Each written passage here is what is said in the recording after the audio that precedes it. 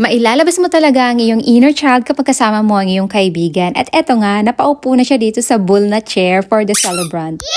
Hello, hello, hello! Welcome to my mini vlog. For today's video, di ba vlogger na tani?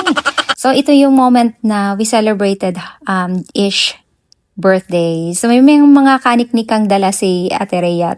Twist ng aming simple dinner. Syempre, we have to support and bring out our inner child sa mga moment na to. And ayan, nakakatuwa lang kasi every time na may dumadaan, binabating happy birthday si Ish and natatawa kami. Kasi kami makaniknikan kami mga dala.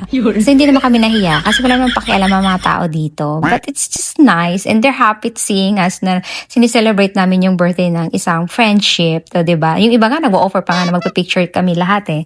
So this is the one birthday cake na dala ni Ate Rhea. So special. Amoy na amoy ko talagang Philippines. Ito ay ube makapuno cake. Thank you, Ate Rhea. You're very have a genuine heart. Yung even na you didn't say anything, siya na talaga mag-effort na magdala ng cake. And kahit hindi ka magdala ng cake, anything, just the presence of you, we appreciated you. So ito na nga, tinawag na si Isha at pinatayo. This is the moment of the truth na kapag uupo ka dito, talagang meron silang mini-interview. So yun, tatanungin ka dyan kung magkanong laman ng bank account mo, anong vital statistics mo, gaano kalaki yung lupain mo, meron ka bang bag Chanel, may Gucci ka ba, may gold ka ba, nagdadrive ka na ba, anong car meron ka.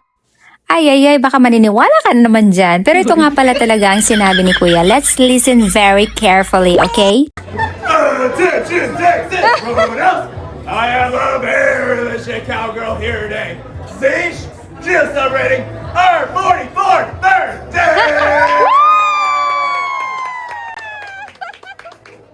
So on count of three, stop what you're doing, swallow what you're chewing, give me your loudest, proudest, Texania! 1, 2, 3!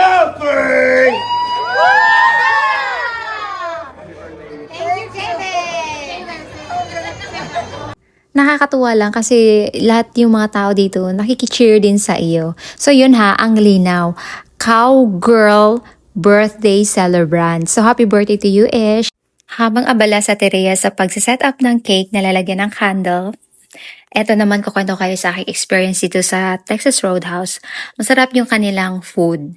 And may mga freebies silang binibigay. Unlimited yun, yung like money at saka yung buns nila while waiting to your food. And it's so nice na ma-experience din ang ganitong restaurant. Kasi madalang talaga ako lumabas. Kasi mahilig akong kumain talaga sa lutong bahay. Like sinigang, pinakbet, mga sabaw, tinola, lauo. Yung mga simpleng lutong bahay. Yun ang talagang favorite ko. But anyway, it's so blessed na to experience this. Yung makapunta ka din ng restaurant, diba? Once in a while, lumalabas din kami ni David and Hart sa restaurant, but we choose to stay at home mostly to cook and chit-chat and eat together sa mga niluluto namin. Yun ang love language naman namin. As long as you're happy and contented, yun naman ang importante.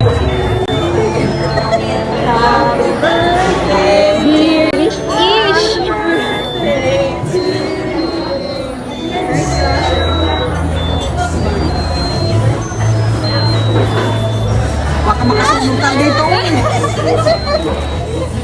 Ang cute naman yan, te. It's so cute. Happy birthday! Happy birthday! Sa'yo kong butiin ako nakakain. Ayaw mo, and then everybody, dami mong guest, 300. Ito pala yung tumutunog. You want cake? Love a piece of cake. Oh, this is a different cake. This is a Filipino cake. Okay.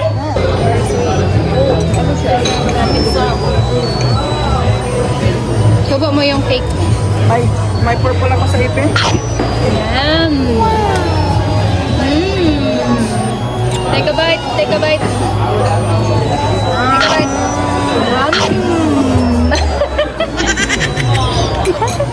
Isa pa, isa pa. 1, 2, 3. Ano pa, pinabay? Parang ano ba? 1, 2, 3. Sabay-sabay. Sige, sabay. 1, 2, 3.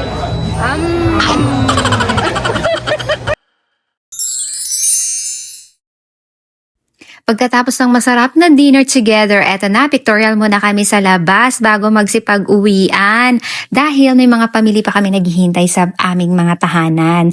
Thank you for Ate Rhea, Esh, and Ate Lizelle for this time and effort and chit-chat with you guys. And congratulations to Ate Lizelle dahil naipasa mo yung exam for teacher here sa USA, and both celebration for Ish and Ate Lizelle. Thank you and have a great day and God bless. So maorat to, bye!